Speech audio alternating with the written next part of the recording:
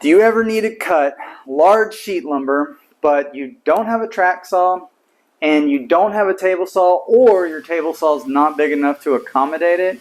If you've seen any of my past videos, then you've probably seen me use one of these methods. I'm going to show you a couple ways in detail how you can make perfectly straight cuts on large sheet lumber without the track saw, without the table saw. And one of these methods, you probably already have all the tools needed to make this cut. And if you don't have it, then like always, I'll link everything I use in the video in the description. Don't forget to hit that thumbs up and ring that bell if you want more notifications. Alright, let's get to what you need. First thing you're going to need is a circular saw. Does not matter if it's corded or cordless, whatever you prefer or whatever you have on hand. Next thing you need is you need a good straight edge. One with a full straight edge. And it needs to be longer, a little bit longer than the cut you're going to make. So generally like a 6 foot or 4 foot will work. If you're cutting the 4 foot length of a large board, that'll work. However, if you're going to try to cut the full length of a sheet board, then you're going to need like an 8 foot level or 8 foot straight edge. I usually use my 6 foot level here, or I have a couple steel rulers that work as well. Then you'll need a square of some type and a couple clamps. I recommend your square be a good square and not a combination square or speed square or framing square. Something that is certified as 90 degrees is what you'll need in order to make sure that you're going to have a straight cut. I bought this square off Amazon, like 27 bucks, and it is certified 90 degrees. It's a fantastic square. It's also good for setting up your table saw and miter saw, anything like that. I'll link it in the description like everything else. For this first method that I'm going to show you, you only need the 4 tools that I just mentioned. First, mark where you want your line using a tape measure that you have faith in is accurate.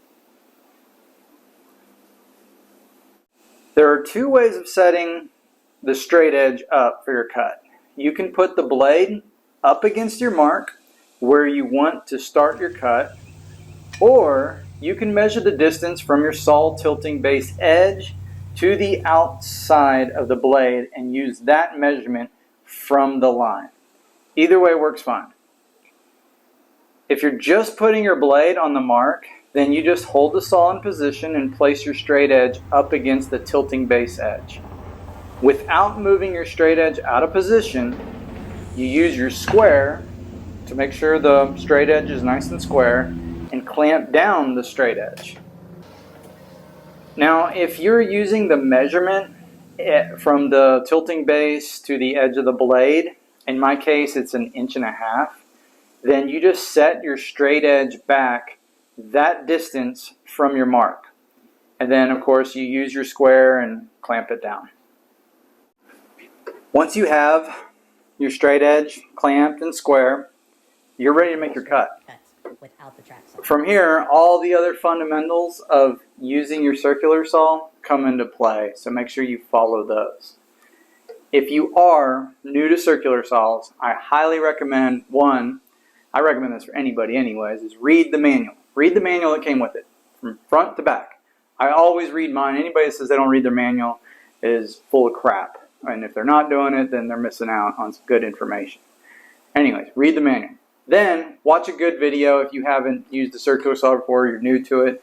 I'll go ahead and link a good one in the description for you, so you can watch that, and that'll get you started.